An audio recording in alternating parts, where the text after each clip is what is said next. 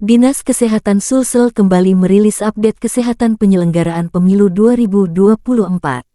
Data Kamis tanggal 15 Februari tahun 2024 siang, Dinkes Sulsel mencatat ada 2.350 orang sakit. Dari jumlah tersebut, sebanyak 963 pasien dari kelompok penyelenggara pemungutan suara KPPS. Lalu ada pemilih tumbang sebanyak 754 orang. Kemudian 185 petugas PPS sakit, 145 saksi juga sakit serta ada 144 linmas juga tumbang. Berikutnya 98 petugas Bawaslu sakit, 31 PPK turut sakit serta ada 64 petugas lainnya. Dari angka tersebut, 2.270 pasien mendapat rawat jalan.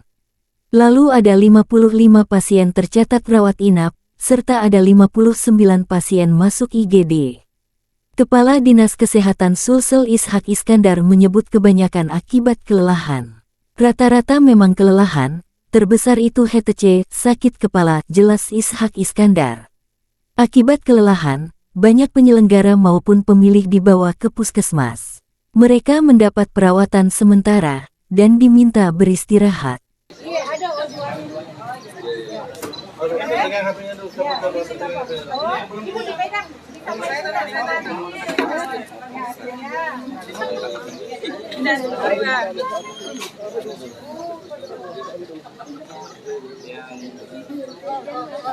Jangan jadi mati di.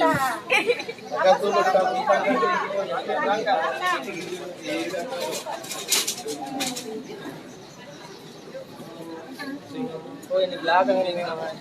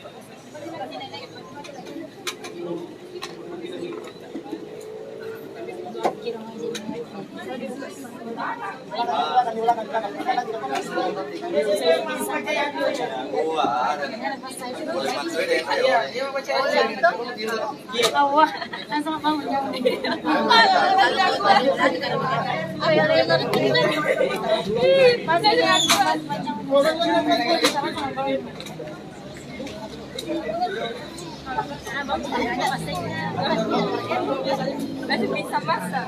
Saya cara masak datang.